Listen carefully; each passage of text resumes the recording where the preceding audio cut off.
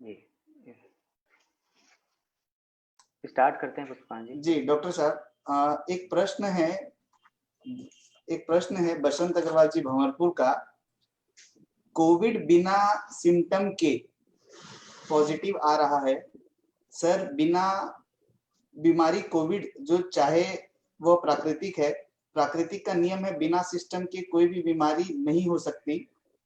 तो ये धारणा कहीं हमारी नासमझी या गलत धारणा तो नहीं? बसंत अग्रवाल भंवरपुर जी छत्तीसगढ़।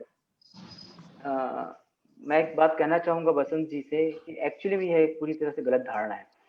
कोई भी बीमारी एक वृक्ष लगने जैसे होती है। आपको मैं ऐसा समझाना चाहूंगा, जैसे कि कोई किसान फसल उगाता है या हम कोई पेड़ उगाते हैं, तो हम पहले बीज डाल देते हैं और काफी लंबे समय तक वो बीज कुछ नहीं दिखता। पर क्या उस बीज में कुछ नहीं होता? वो बीज अंकुरित होता है, धीरे धीरे जमीन को फाड़ के बाहर आता है। पर जब तक उसका पहला पत्ता या पहली कोपल हमको जमीन के ऊपर नहीं दिखती, तब तक हमको नहीं पता रहता कि जमीन के अंदर उस बीज पे क्या हो रहा है। तो इसका मतलब ये नहीं है कि उस बीज पे कुछ नहीं हो रहा है। तो ये जो समय है, यह किसी बीमारी का असिम्टोमेटिक फेज होता है, जिसमें कोई लक्षण नहीं होता। सेम उसी तरह कई बार अगर हम मान लीजिए 100 बीज लगा रहे हैं या किसान जो फसल उगा रहा है, तो हर बीज पौधा नहीं बनता, हर बीज पेड़ नहीं बनता। तो सेम उसी तरह हर असिम्टोमेटिक बीमारी जरूरी नहीं है कि लक्षण पैदा करे। साइंटिफिक लैंग्वेज में ऐसे समझिए कि जब भी कोई इन्फेक्शन होता है बॉडी के अंदर, तो वो इन्फेक्शन 3 स्टेज में गुजरता है। पहला होता है इंक्यूबेशन पीरियड। इंक्यूबेशन पीरियड का मतलब है कि आपके शरीर में वो इन्फेक्शन चला गया और अब वह इन्फेक्शन धीरे धीरे अपना जड़ जमा रहा है। जस्ट लाइक जैसे कोई बीज जमीन के अंदर है, वो बीज धीरे धीरे अंकुरित होने की कोशिश कर रहा है। अब जब वह अंकुरित होने की कोशिश कर रहा है, वह इन्फेक्शन, तब क्या होता है कि हमारा शरीर उस इन्फेक्शन को रोकने की कोशिश करता है। हमारे शरीर में बहुत सारी प्रतिरोधक क्षमताएं हैं। जिस एंटीबॉडीज की लगातार बातें होती हैं, उन एंटीबॉडीज के अलावा भी हमारे शरीर में बहुत सारी प्रतिरोधक क्षमताएं हैं। जैसे हमारी जो स्किन है, स्किन हमारा सबसे फर्स्ट लाइन ऑफ डिफेंस होता है। सबसे पहला हमारा प्रतिरोधक क्षमता होती है स्किन। स्किन के बाद जैसे जैसे हम अंदर जाते जाते, तो first line of defence, second line of defence, third line of defence ऐसे हमारे पास आते जाती है। और कोई इन्फेक्शन अगर इन सबको क्रॉस करके हम नाक में, जैसे कोई हम सांस ले रहे हैं, तो हाँ सांस भैया, से पहले नाकों में जो आया। बाल है, उसके बाद वो जो आपका आपके फोन का कुछ बढ़ा के देखो, ईयरफोन लगा के। म्यूकस जो निकलता है, या फिर उसके अलावा जो गीलापन है, गर्म सांस है, बहुत सारी चीजें हैं जो एक्चुअली में इन्फेक्शन को रोकने का काम करती है। इन सब के बावजूद भी इन्फेक्शन अगर बॉडी में चला गया, तो बॉडी में हमारे ब्लड में जो बैक्टीरिया या वायरस जो पहुंच गए हैं, उनको रोकने के लिए बहुत सारे सेल्स होती हैं, बहुत सारी कोशिकाएं होती हैं, T blood cells, T cells, B cells, इनसे बहुत सारी एंटीबॉडीज बनती हैं, बहुत सारे अवयव बनते हैं जो इन्फेक्शन को रोकते हैं। तो ये पूरा एक लंबा समय होता है जो इंक्यूबेशन पीरियड कहलाता है। इस समय शरीर और बैक्टीरिया या वायरस, उसके बीच जंग चलती रहती है। अगर बैक्टीरिया वायरस उसको जीत गया और धीरे से शरीर में कब्जा करने में समर्थ हो गया, तो फिर सिम्टम्स पैदा होते हैं, तो फिर लक्षण पैदा होते हैं। इस पे डिपेंड करता है कि आपकी प्रतिरोधक क्षमता कितनी हारी। अगर अगर वायरस पूरी तरह से शरीर पे काबू कर लिया, तो वो सिम्टम्स बहुत ज्यादा हो सकते हैं। अदरवाइज थोड़े मोड़े सिम्टम्स आ सकते हैं, सिंपल बुखार आना, इन केस जैसे कोविड के लक्षणों में थोड़ा बहुत बुखार आना, हल्का सा अंदर से गर्म लगना, या हेडेक होना, सर दर्द होना, बॉडी एक होना। और यदि आपका इन्फेक्शन ज्यादा हो गया, तो सांस लेना, ये सब। तो पहला चीज होता है इंक्यूबेशन पीरियड। किसी भी बीमारी का पहला होता है इंक्यूबेशन पीरियड। इंक्यूबेशन पीरियड 1 दिन 2 दिन से लेके कई साल तक का हो सकता है। जैसे एचआईवी जैसी बीमारियों में कई साल तक बॉडी के अंदर इन्फेक्शन रह सकता है असिम्टोमेटिक, और बाद में इन्फेक्शन हो सकता है। जस्ट लाइक टीबी में भी सेम हो सकता है। और कई बीमारियों में 7 से 8 दिन का होता है। जैसे कोविड में हम मान रहे हैं 14 दिन का असिम्टोमेटिक, 14 दिन का इंक्यूबेशन पीरियड मान रहे हैं एवरेज में। इसीलिए आपको 14 दिन के क्वारंटाइन के लिए बोला जाता था, कि जब आप बाहर से ट्रेवल करके आते थे, या फिर आप किसी संक्रमित व्यक्ति के कांटेक्ट में आते थे, शुरुआत में जब यह बीमारी नई नई चालू हुई थी, तो आपको 14 दिन के क्वारंटाइन के लिए भेजा जाता था, कि उस दौरान अगर लक्षण आप में डेवलप होंगे, तो फिर हम आपको आगे ट्रीटमेंट के लिए लेके जाएंगे। ये हो गया पहला। दूसरा होता है सिम्टोमेटिक पीरियड या डिसीज या बीमारी। तो जब आपके शरीर में, जब पौधे का, इसको मान लीजिए कि पौधा उगना जस्ट चालू हुआ है और कपल बन गया है, तो अब आपको बीमारी है। यह बीमारी अगेन डिपेंड करेगी, माइल्ड है, मॉडरेट है, सीवियर है, मतलब कम है या सहने योग्य है, या बहुत सीवियर है, आपको आईसीयू में जाने लायक है, या फिर आपको आईसीयू मतलब घर और आईसीयू के बीच नॉर्मल अस्पताल में रहने लायक है। तो माइल्ड, मॉडरेट, सीवियर। और इस स्टेज के बाद एक होता है फिर रिकवरी या ठीक होने का जगह, जब आपकी बीमारी धीरे धीरे ठीक हो जाती है। तो किसी, जैसे कि कोई पेड़ बनता है, तो सेम वैसे बीमारी का 3 पीरियड होते हैं, incubation period, disease and the recovery period. और इसी से हम बता सकते हैं। तो यह एक गलत धारणा है कि कोई भी बीमारी, कोई भी प्रकृति में कोई भी चीज बिना किसी सिम्टम के नहीं हो सकती। हर चीज सिम्टम से हो सकती है, पर जरूरी नहीं है कि आप उसको देख पाए। आपकी देखने की क्षमता सीमित है। जैसे कि समय, फिर वही बोल रहा हूँ कि जैसे कि जमीन के अंदर कोई बीज है, तो बीज में चेंजेस तो आ रहे हैं, पर आप नहीं देख सकते। तो वैसे ही असिम्टोमेटिक पीरियड में भी शरीर में चेंजेस तो आ रहे हैं, पर उसको आप नहीं देख सकते, इसलिए वो असिम्टोमेटिक है। जैसे हमारा आंखें जो है सिर्फ 7 रंगों को ही देख सकती हैं, पर इसका मतलब ये नहीं कि सिर्फ 7 ही रंग है दुनिया में, रंग बहुत सारे हैं, सेम वही चीज है जी। धन्यवाद डॉक्टर साहब, बहुत विस्तृत जानकारी दी आपने। नेक्स्ट सवाल है स्वरूप जैन जी का, how to decide to end the period of home isolation और से quarantine, and I want to know general prescription for prevention as well as cure. सबसे पहला जो क्वेश्चन है कि इंक्यूबेशन पीरियड, जो क्वारंटाइन पीरियड है, तो मैंने जो इसमें चर्चा किया कि इंक्यूबेशन पीरियड, तो दो चीजें होती हैं। तो पहले जो अगर आप किसी के कांटेक्ट में आए हैं या फिर आप ट्रेवल करके आए हैं या ऐसा कुछ है, तो इंक्यूबेशन पीरियड जो होता है उसी के हिसाब से हम क्वारंटाइन पीरियड डिसाइड करते थे। तो शुरुआत में देखा गया कोविड का जो इंक्यूबेशन पीरियड है वो 7 दिन से लेकर 28 दिन तक है सामान्यतः, अपवाद के तौर पर तो वो कई कई महीनों तक भी है। सामान्यतः 7 से 28 दिन तक है, तो हमने एक एवरेज निकाला 14 दिन, और हमने, क्योंकि हम सबको नहीं रख सकते 28 दिन तक क्वारंटाइन, तो हमने 14 दिन का एवरेज निकाला और बोला आपको 14 दिन तक क्वारंटाइन रहना है। उसके बाद जैसे जैसे हम बीमारी के बारे में जानते गए, तो हमको अब ऐसा पता लगा कि आपको जो पहला सिम्टम आया उसके बाद 11 से 12 दिन तक आप यूजुअली, अगेन औसत तौर पे 11 से 12 दिन के बाद आप इन्फेक्शियस नहीं रह पाते। तो फिर सरकार ने बोला कि आपको 11 दिन तक हॉस्पिटलाइज रहना है। जिस दिन आपको सिम्टम आया उस दिन से 11 दिन तक, आप अगर 5वें या 6वें दिन भी आप एडमिट होते हैं तो आपको 11वां दिन छोड़ दिया जाएगा, अगर आपको कोई खास दिक्कत नहीं है और आप लास्ट 3 दिन से असिम्प्टोमेटिक हैं। उसके बाद फिर 7 दिन का जो गवर्नमेंट ने बोला कि 7 दिन आप घर में और आइसोलेट रह लीजिए एक्स्ट्रा प्रिकॉशन के तौर पे। मतलब 11 दिन के बाद आप इन्फेक्शियस नहीं रहेंगे, फिर भी कुछ लोग जो छूटते हैं, जो इन्फेक्शियस हो सकते हैं, तो उनको 7 दिन का एक्स्ट्रा टाइम दिया जा रहा है। तो टोटल आइसोलेशन का पीरियड 14 से लेकर 17 दिन तक है। अलग अलग गवर्नमेंट की अलग अलग गाइडलाइंस है, पर आईसीएमआर गाइडलाइंस मिनिमम 14 दिन पे है ही।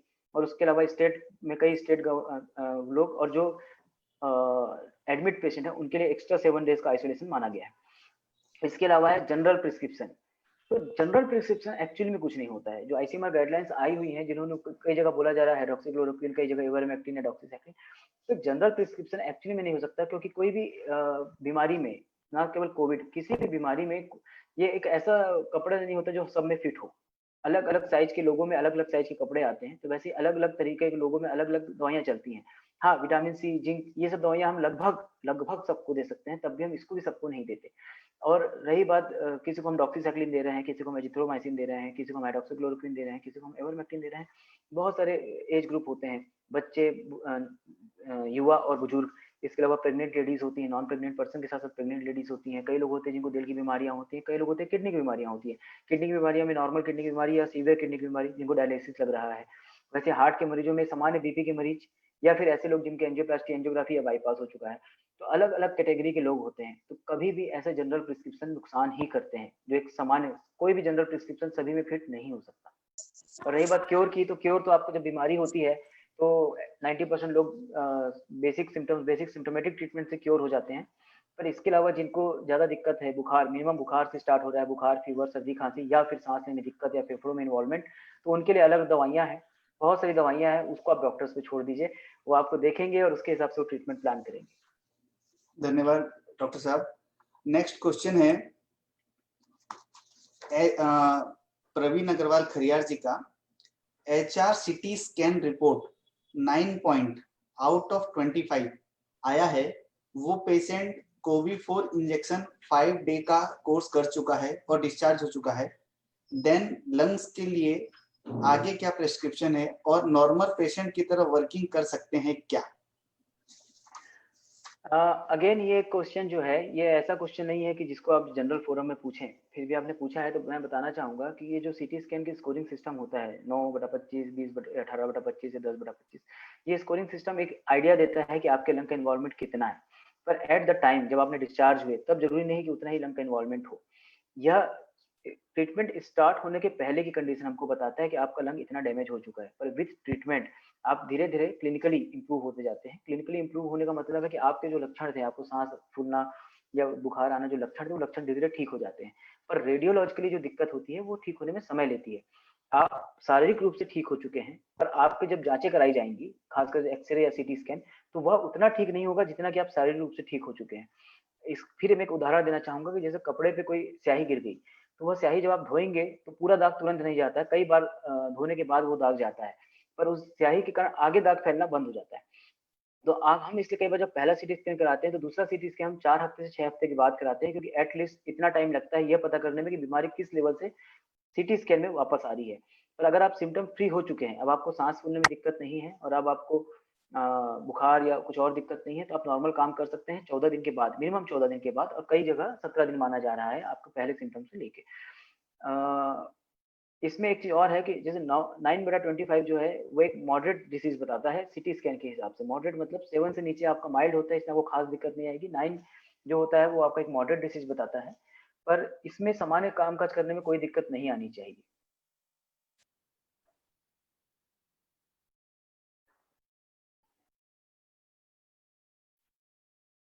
पुष्पकांत, म्यूट हो आप। Sorry sir. एक नेक्स्ट क्वेश्चन है कैलाश जी का, गर्म पानी पीने से और भाप लेने से कितना इफेक्टिव है? भाप लेने का तरीका क्या है? भाप कितना देर के लिए, उसका ड्यूरेशन क्या रहेगा, और नंबर ऑफ भाप यानी फ्रीक्वेंसी भाप की क्या रहेगी? स्टीम लेना हमेशा फ़ायदा करता है, ना केवल कोविड में, किसी भी बीमारी में जब हम स्टीम लेते हैं, तो वो फ़ायदा होता है क्योंकि वो जो भाप रहता है वो हमारे सूक्ष्म छिद्र जो होते हैं उनको खोलता है, हमारे साइनस को इम्प्रूव करता है। पर इसमें दिक्कत ये रहता है कि भाप, मेरा मानना है पर्सनली कि दिन में 2 बार लिया जाए, उससे ज़्यादा ना लिया जाए, उतनी ही देर लिया जाए जितना देर हम सह सकें। कई बार लोग बहुत ज़्यादा देर तक बहुत गर्म भाप में रह रहे हैं। उतना गर्म भाप हमारे एक्चुअली नॉस्ट्रिल्स को नुकसान पहुँचाता है, अंदर की कोशिकाओं को नुकसान पहुँचाता है, और जब आपके अंदर के एपिथेलियम, अंदर की कोशिकाएँ डैमेज हो जाती है तो इन्फेक्शन के चांस बढ़ जाते हैं। तो भाप लेने के लिए जो समय रहता है 1 मिनट, 2 मिनट या थोड़ी-थोड़ी बाद में 5-5 मिनट के अंतराल में एक-एक कुछ-कुछ सेकंड का 10 सेकंड, 20 सेकंड या 1 मिनट का आप भाप लीजिए। उतना ही लीजिए जितना सह सकें। पानी उतना ही गर्म रखिए, एकदम उबलते हुए पानी से भाप लेना मुझे नहीं लगता कि उचित है। दिन में 5 बार या 6 बार भाप लेना, अगर आपको कोई बीमारी नहीं है तो भी उचित नहीं है। हाँ, अगर आपकी नाक बंद है तो आप दिन में 2 बार, 3 बार भाप ले सकते हैं, जैसा कि आपको आराम आए जिससे। पर अगर आपको कोई दिक्कत ही नहीं है और आप दिन में 5 बार भाप ले रहे हैं और ये सोच रहे हैं कि इससे ये बीमारी खत्म हो जाएगी, तो ऐसा भी नहीं है। और सामान्य पानी से, एक गर्म पानी से जो नॉर्मल भाप आती है उतनी इनफ है। 100 डिग्री टेम्परेचर पे उबलते हुए पानी से भाप लेना भी सही नहीं होता है, क्योंकि वो जो भाप रहती है वो चेहरे को भी और नाक के अंदर की कोशिकाओं को जलाती है। सर नेक्स्ट क्वेश्चन है, काढ़ा काढ़ा कितनी बार पीना चाहिए? काढ़ा को लेके भी जो बातें हैं कि काढ़ा से हमारा तात्पर्य क्या है? काढ़ा एक बहुत विस्तृत कहना चाहिए शब्द रहता है। जैसे कि हमने कह दिया फसल, तो उसी तरह से काढ़ा एक बहुत विस्तृत शब्द है। फसल में कोई भी फसल आती है, रबी की फसल, खरीफ की फसल, उसके बाद अंदर बहुत सी फसलें आती जाती हैं। तो वैसे काढ़ा अलग-अलग टाइप का होता है। अब हम आगे बढ़ते हैं कि तुलसी वाली चीज़, ग्रीन टी, या मार्केट में बहुत सारे काढ़े मिल रहे हैं। तो ये काढ़ा एक तरह से इम्यून बूस्टर होता है। कोविड में आपकी जितनी भी चीज़ें आप पढ़ रहे हैं, जो होम साइंस में आती हैं, जो घरेलू उपचार हैं, वो उपचार इम्यून बूस्टर के तौर पे हैं, जो आपको कभी भी फ़ायदा देंगे, ना केवल कोविड में, हमेशा फ़ायदा करेंगे। सुबह उठ के गर्म पानी पीना, सुबह उठ के पानी में नींबू डाल के पीना जैसे बोलते हैं, तो विटामिन सी लेने के लिए बोला जाता है, वो हमेशा बोला जाता है, सिर्फ़ कोविड में नहीं। उसी तरह से तांबे के बर्तन में रात भर पानी रख के पीना, जिससे कॉपर एलिमेंट्स और जो तांबे के एलिमेंट्स जो हैं, वो आपके पानी में आ जाए, मिनरल्स पानी में आ जाएँ। तो ये सब चीज़ें होम साइंस की शुरू से ही फ़ॉलो करती आई की जा रही हैं। दिक्कत आ रही है एक्सेस यूज़ करना। मतलब आप इन चीज़ों को सही तरीके से ना समझ के कि यह आपकी लाइफ़स्टाइल का एक हिस्सा होना चाहिए, आप इसको ट्रीटमेंट का एक हिस्सा बना रहे हैं। प्रिवेंशन और ट्रीटमेंट दोनों अलग चीज़ें होती हैं। प्रिवेंशन का मतलब होता है कि आप अपने आप को स्वस्थ रखें हमेशा, जस्ट लाइक एक्सरसाइज करना। आप अनुलोम-विलोम कर रहे हैं या कपालभाति कर रहे हैं या फिर अनुकृति भी आप मतलब बहुत सारी क्रियाएँ कर रहे हैं और आप सोच रहे हैं इससे आपको कोरोना से बचाव होगा, ऐसा नहीं है। ये आपको स्वस्थ रखेंगे और एक स्वस्थ शरीर, जैसे कि मैंने बोला शुरुआत ही हमने चालू की थी इंक्यूबेशन पीरियड। इंक्यूबेशन पीरियड में शरीर और इन्फेक्शन के बीच लड़ाई होती है। तो एक स्वस्थ शरीर का उस इन्फेक्शन में से होने वाली लड़ाई के जीतने के चांस ज़्यादा रहते हैं। तो आप अचानक से आप कोई व्यायाम चालू करेंगे, अचानक से आप काढ़ा पीना चालू करेंगे, तो आपको तुरंत कोई फ़ायदा नहीं होगा। ये आपके लाइफ़स्टाइल का एक हिस्सा होना चाहिए, पहली चीज़।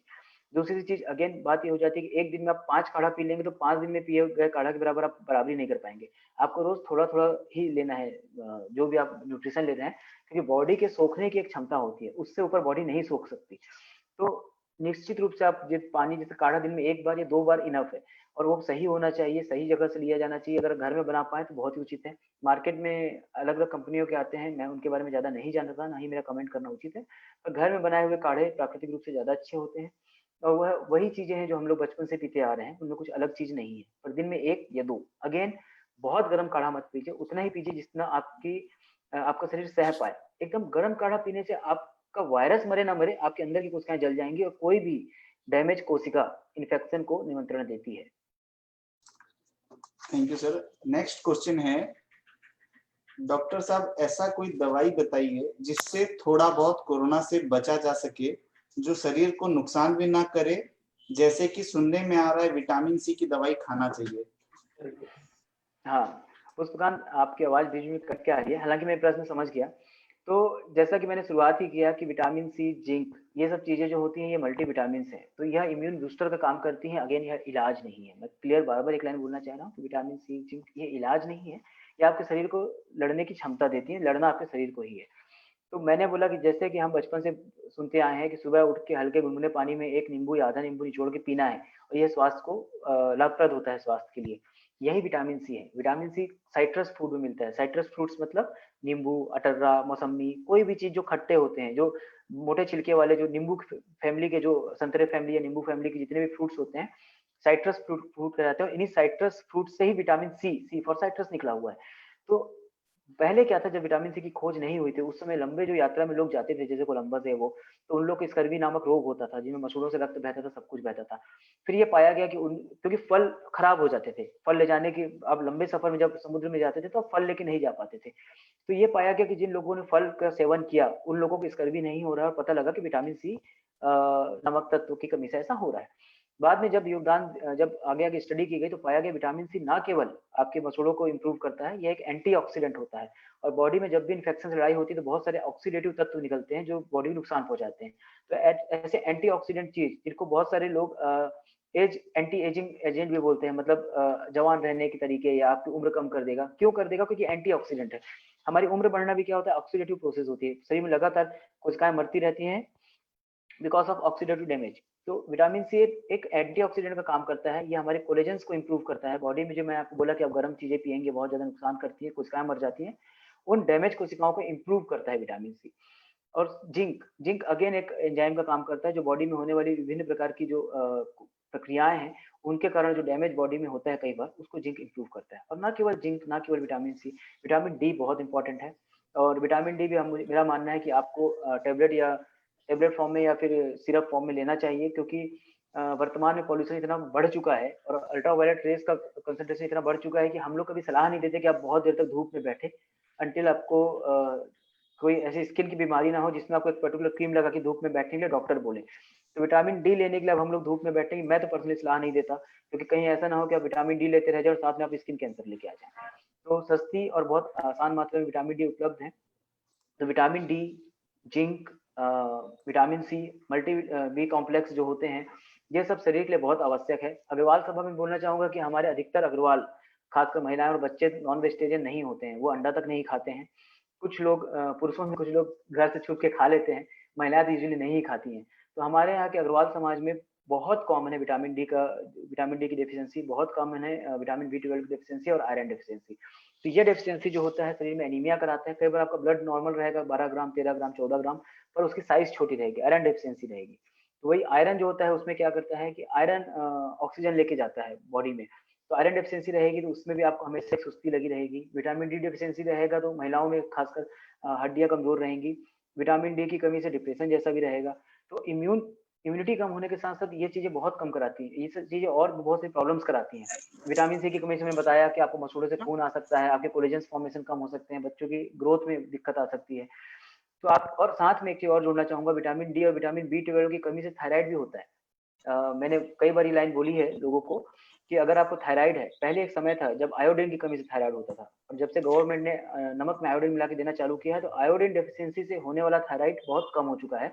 अब जो हाइपोथायराइडिज्म होता है लोगों में खासकर, वो होता है विटामिन डी और विटामिन बी 12 कमी से। मैंने बहुत सारे लोगों में यह चीज देखी है और बहुत सारे लोगों को विटामिन डी और विटामिन बी 12 दे के हमने थायराइड की जो विभीषिका है, जो मात्रा है दवाइयों की, कम भी की हुई है। तो यह दवाइयाँ जो आप चाह रहे हैं सभी को दी जा सकती है और हर समय दी जा सकती है। ऐसा नहीं कि आप कोरोना खत्म हो गया तो आप विटामिन सी या विटामिन जिंक लेना, जिंक और विटामिन डी सब लेना बंद कर दें। आप ध्यान रखें कि आपको हमेशा एक पोषक तत्वों से भरपूर खाना खाना है, और यदि आपके भोजन में पोषक तत्व नहीं है तो आप मल्टीविटामिन की टेबलेट बिल्कुल ले सकते हैं। आप सिर्फ फल और फ्रूट्स के भरोसे मत रहिएगा। एक बात पुष्पकांत जी मैं और जोड़ना चाहूंगा फल और फ्रूट से। जी सर। अगेन हमारे अग्रवाल समाज में खासकर ये चीज बहुत है कि सर कौन सा फल खाएं, कौन सा फ्रूट्स खाएं। आप एक चीज ध्यान रखिए, अभी जो फल या फ्रूट्स मिल रहे हैं वो आर्टिफिशियल पकाए हुए हैं, क्योंकि अब हमको कच्चे फल तोड़ के लंबे सफर में बहुत समय तक हम फल रखते हैं। हम कच्चे फल तोड़ते हैं और उनको दवाइयों की सहायता से पकाते हैं। तो दवाइयों की सहायता से पके हुए फलों में कभी भी न्यूट्रिशन प्रॉपर नहीं होता है, एक्चुअली में नहीं ही होता है। क्योंकि जिन्होंने बॉटनी पढ़ी होगी उनको पता होगा कि जब कच्चे फल पकते हैं, जब उनमें पल्प बनता है तो सूर्य की रोशनी से उनमें जो कार्बोहाइड्रेट रहता है वो विटामिन में कन्वर्ट होता है। तो बिना सूर्य की रोशनी में पका हुआ फल कभी भी प्रॉपर न्यूट्रिशन नहीं रहेगा, वो आपको मीठा हो सकता है, स्वादिष्ट हो सकता है because of the various hybrid varieties, और उसमें गूदा ज़्यादा हो सकता है, पल्प ज़्यादा हो सकता है, बीज कम हो सकते हैं, पर ज़रूरी नहीं है कि वो पोषक तत्वों से भरपूर हो। तो यह समय एक्चुअली में हम एक बात करते थे कि एक समय आएगा जब पिल एज हो जाएगी, जब गोलियों के युग आ जाएगा। तो अभी गोलियों का युग आ चुका है, क्योंकि न्यूट्रिशन के नाम पे हम जो भी चीज़ माँगते हैं, इवन हम जो लोग नॉन वेजिटेरियन हैं, जो लोग चिकन खाते हैं, जो लोग एग खाते हैं, तो वो चिकन और एग भी एक्चुअली ग्रोथ हार्मोन देके बढ़ाए जा रहे हैं। मैं सभी की बात नहीं कर रहा, पर मैक्सिमम जो चीज़ें आ रही हैं। जब तक आप इन सोर्स से ना हो, जैसे गाँव में आपने, मैं हमेशा लोगों को बोलता हूँ अगर आप फल खाएँ, तो कौन-सा फल खाने में सबसे इम्पोर्टेंट होता है, आपके आस-पास उगने वाला फल खाएँ, जो आपके आस-पास ताज़ा तोड़ के आपके ग्रामीण मित्र लेके आते हैं। जो बड़े-बड़े फैंसी स्टोरों में रखे हुए एकदम ताज़े फल दिखते हैं, उनको आप अवॉइड कीजिए। जो लोग गाँव से, अपने शहर से, अपनी बाड़ी से तोड़ के फल लाके बेच रहे हैं, आप उनको खाइए। वो न्यूट्रिशन से भरपूर होते हैं। और जो देसी फल होते हैं, जैसे कि हमारे यहाँ सीताफल हो गया, तो अमरूद हो गया, तो जिस लोकेलिटी के जो फल होते हैं, वहाँ की लोकेलिटी के लिए वो ज़रूरी होते हैं, क्योंकि अमरूद, सीताफल ये आयरन से भरपूर है और छत्तीसगढ़ की जनता में आयरन डेफिशिएंसी है। तो प्रकृति ने ये चीज़ किया है, जैसे पहला प्रश्न था कि प्रकृति में बहुत सारी चीज़ें नियंत्रित में रहती हैं। तो प्रकृति ने पहले से ही ऐसा बनाया हुआ है कि जिस जगह में जो कमी होगी, प्रकृति किसी न किसी रूप में उसको पूरा करेगी। तो हमारे यहाँ जो लोकल फल उपलब्ध हैं, वो बहुत ज़्यादा भरे हुए हैं न्यूट्रिशन से। तो हमेशा लोकल फल ही आप प्रेफ़र कीजिए। Thank you sir. Sir Khandelwal ji का एक सवाल है, आजकल सभी घरों में ऑक्सीमीटर का यूज हो रहा है, बाकी इसके बारे में पूरी जानकारी नहीं है। ऑक्सीजन लेवल क्या होना चाहिए for adults, for senior, like heart beat level, इस बारे में थोड़ा सा बताएंगे sir? Oxygen level, heart beat level ये, तो नॉर्मल हार्ट बीट जो होती है वो मानी जाती है 60 से 100 के बीच। तो कई बार आप पल्स ऑक्सीमीटर से हार्ट बीट नापते हैं और वो हार्ट बीट कई बार आपके लिए 55-60। पल्स ऑक्सीमीटर से नापी गई हार्ट बीट सही नहीं होती। अभी जो पल्स ऑक्सीमीटर अचानक से मार्केट में आ गए हैं, वो बहुत सारे जो हैं उतनी उच्च क्वालिटी के नहीं है, तो वो प्रॉपर हार्ट बीट नहीं नाप पाते और बहुत सारे वो ऑक्सीजन मात्रा भी सही मात्रा में नहीं नाप पाते। तो हार्ट बीट नॉर्मली होती है 60 से 100। अगर 100 से ऊपर हार्ट बीट जा रही है तो इसके कई कारण हो सकते हैं। अगर आपकी पहले हार्ट बीट 100 से ऊपर नहीं जा रही थी, अचानक से जा रही है, तो पहला कारण होता है फीवर। दूसरा कारण हो सकता है कि आपके अंदर ही अंदर आपको फीवरिश मलायस हरारत लग रही हो। हो सकता है कि आपको थायराइड की बीमारी हो। ऐसे बहुत सारे कारण हो सकते हैं। हार्ट बीट कम जा रही है, अगर 50 तक जा रही है, तो मेरे हिसाब से घबराने की जरूरत नहीं, जब तक आपको कोई दिल की बीमारी ना हो। बहुत सारे बुजुर्ग या बहुत सारे लोग हार्ट की कुछ दवाइयाँ खाते हैं जो धड़कन कम करती है, क्योंकि हमारा मानना है कि कम धड़कन जब रहती है, तो उससे हार्ट की बीमारियाँ होने के चांस कम रहते हैं। तो हम मरीजों की, कई मरीजों की धड़कन हम लोग खुद 50 से 70 के बीच रखते हैं। तो फिर भी 60 से 100 नॉर्मल हार्ट बीट होती है। आपको इतना ही मेंटेन करना है। इससे ऊपर या नीचे हो रही है तो आप डॉक्टर्स को बता सकते हैं। 90 से ऊपर जो ऑक्सीजन लेवल होता है बॉडी का, जो हम एसपीओ2 जिसको हम बोलते हैं, सैचुरेशन, ऑक्सीजन सैचुरेशन, जो पल्स ऑक्सीमीटर से आप लोग नाप रहे हैं, नॉर्मल होता है 90 से ऊपर। किसी भी कंडीशन में ये 90 से ऊपर होना चाहिए। कोविड में हम मान रहे हैं कि 94 से नीचे अगर जा रहा है तो आपको अपने डॉक्टर्स को सूचित करना है। क्योंकि 90 से ऊपर नॉर्मल है, पर अगर 94 से नीचे जा रहा है मतलब आपका नीचे जा रहा है, तब आपको ध्यान देना है। लगातार आपका 98, 99, 96 था। इसमें ध्यान देने की बात ये है कि आपका रात को 99 था, अचानक से 96 हुआ, फिर 98 हो गया, तो घबराना नहीं है। ये फ्लक्चुएट करता है, बहुत सारे कारणों से फ्लक्चुएट करता है। आपकी बॉडी का टेम्परेचर कितना था, आपका हाथ गंदा है कि नहीं, आपने उसको कैसे फंसाया है, कितनी देर फंसाया है, आपके पल्स ऑक्सीमीटर की बैटरी कितनी अच्छी है। क्योंकि कई बार हम जो बैटरी लगाते हैं, हम लगातार उसको नाप रहे हैं, बैटरी चार्ज नहीं करते। तो बैटरी चार्ज नहीं करेंगे तो ऑब्वियस वो अच्छे से आपको नहीं बताएगा। पल्स ऑक्सीमीटर की बैटरी हमेशा फुल होना चाहिए। फिर एक बात होता है कि आपने कितनी देर लगाया। जैसे आप उसको उँगली में लगाएँगे, तुरंत से वो रीडिंग नहीं देता, उसको टाइम लगता है रीडिंग लेने में। वो हमारे जो इंफ्रारेड के थ्रू या बहुत सारे अलग-अलग टेक्निक्स के थ्रू वो ब्लड को फ्लो को मापता है। तो कई बार मैं कहता हूँ कम से कम 15 से 20 सेकंड आपको लगाना है, उसकी पल्स पूरी आने दीजिए, उसके बाद उसको मेज़र कीजिए। और अगर 90 से नीचे जा रहा है आपका ऑक्सीजन लेवल, तो आपको तुरंत अपने डॉक्टर को सूचित करना है और जो भी उसकी सलाह होगी उसको फॉलो करना है। Thank you sir. सर विकास खेमका जी का एक प्रश्न है, क्या शरीर की प्रतिरोधक क्षमता नापने की कोई इकाई है? क्या हम जान सकते हैं कि हमारे हमारे अंदर जो लेवल ऑफ ये है इम्यूनिटी क्षमता, है। इम्यूनिटी है, वह संक्रमित से लड़ने के लिए कैपेबल है? कोई टेस्टिंग? जैसे कि हमने पहले प्रश्न में ही इस चीज़ को हमने उठाया था कि शरीर की प्रतिरोधक क्षमता, तो जैसे कि सेना होती है, मैं हमेशा उदाहरण से बात करना चाहता हूँ। जैसे कि हमारा देश है, तो हमारे देश में अलग-अलग लेवल पे सेना है। पहला होती है बॉर्डर की फ़ोर्स, फिर उसके बाद अंदर की एक और सेना होती है, जब बॉर्डर पे लड़ाई शुरू हो जाए तो हम अंदर से सेना भेज सकते हैं। इसके अलावा हमारा होता है पैरामिलिट्री, उसके अलावा पुलिस की फ़ोर्स और बहुत सारी और भी मिलिट्री होती है। मतलब आर्मी के अलावा हमारे पास और भी ऐसी फ़ोर्सेज़ होती हैं, जब जंग के समय हम जिनको डिप्लॉय कर सकते हैं।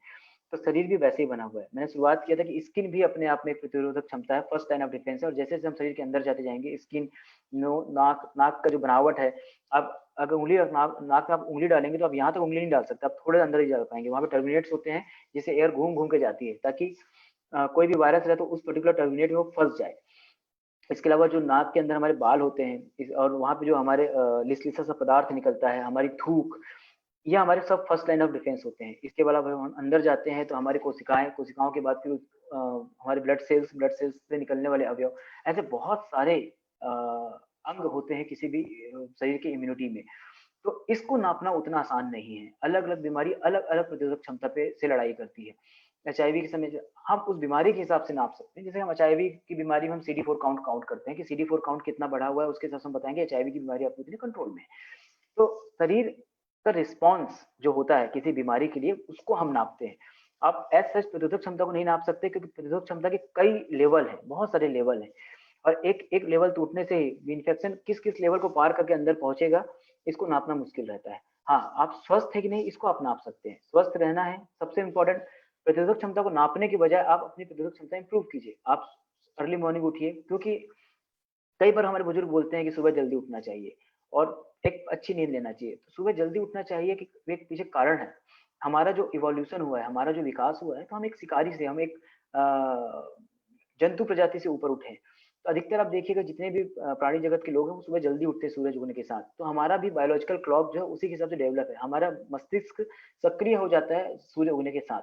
हाँ, हम सोए हुए हैं क्योंकि हम रात को लेट सोए थे या हम कुछ काम नहीं कर रहे थे, तो हमारा मस्तिष्क सक्रिय हो चुका है, पर हम सोए हुए हैं, तो एक्चुअली में हमारा बॉडी प्रॉपर अपने 100% पोटेंशियल से काम नहीं कर पाती। तो आप सुबह उठिए, सुबह उठ के थोड़ा व्यायाम कीजिए, अपनी मसल्स को खोलिए, आप अच्छा डाइट लीजिए, निश्चित अंतराल में थोड़ा-थोड़ा खाइए, और खाने में प्रॉपर प्रोटीन लीजिए, प्रॉपर न्यूट्रिशन लीजिए, प्रॉपर विटामिन लीजिए, इससे आपकी प्रतिरोधक क्षमता अपने आप बढ़ जाएगी। आप चलते रहेंगे, आप अपनी स्टेमिना देखिए कि आप कितना चल पाते हैं, क्या आप 2 मंजिल तक बिना थके चल पाते हैं? आपके एक्चुअली में आपका पेट कितना निकला हुआ है, आपके फैट कितना है? तो ये सब चीज़ें ये सब चीज़ें हमको एक आइडिया देती हैं आपकी प्रतिरोधक क्षमता का।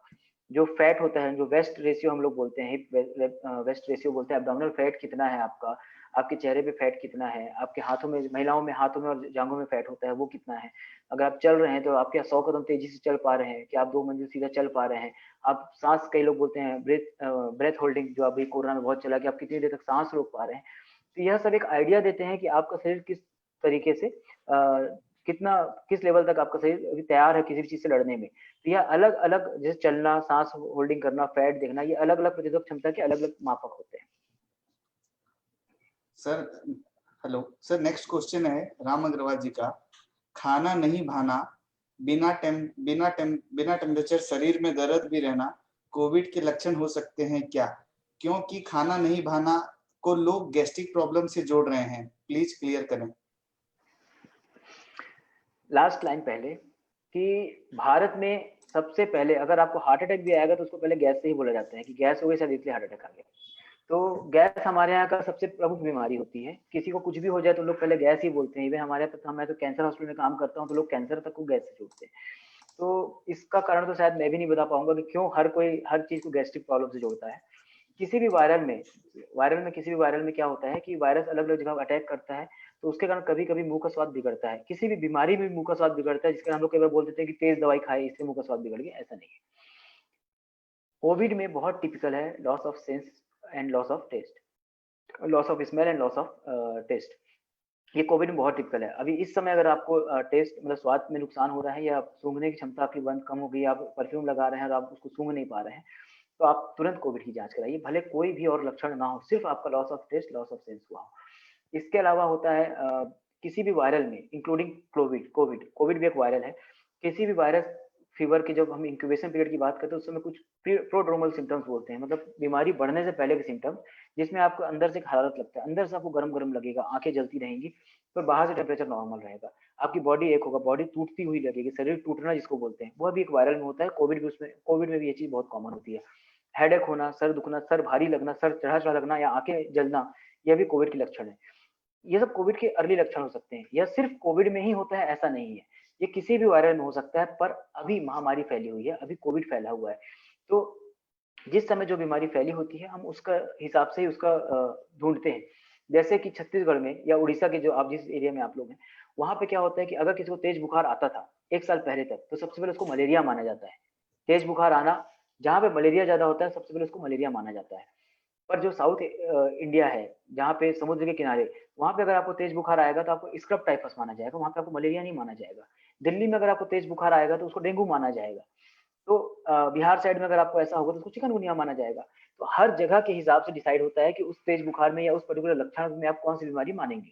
तो अभी अगर आपको loss of sense, loss of smell, loss of taste हो रहा है या आपको बुखार लग रहा है, हरारत लग रहा है, हेडेक हो रहा है, कोई भी ऐसा वायरल का लक्षण है, तो पहले कोविड की जांच कराने की सलाह दी जा रही है कि कोविड एक ऐसी बीमारी है जिसको अगर अर्ली डायग्नोसिस किया जाए तो हम रोक सकते हैं।